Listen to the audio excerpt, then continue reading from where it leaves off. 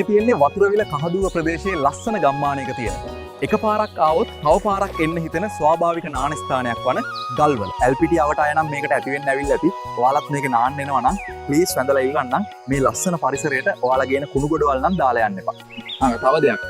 ඔයාලා පොඩි ළමයි එක්ක නාන්න එනවා නම් ළමයින්ගේ ආරක්ෂාව ගැනත් සැලකිලිමත් වෙන්න. මොකද මේකේ සමහර තැන්වල ගැඹුර ටිකක් වැඩි. නිවාඩු දවසක ඇවිල්ලා නාලා කරලා විනෝද වෙලා යන්න.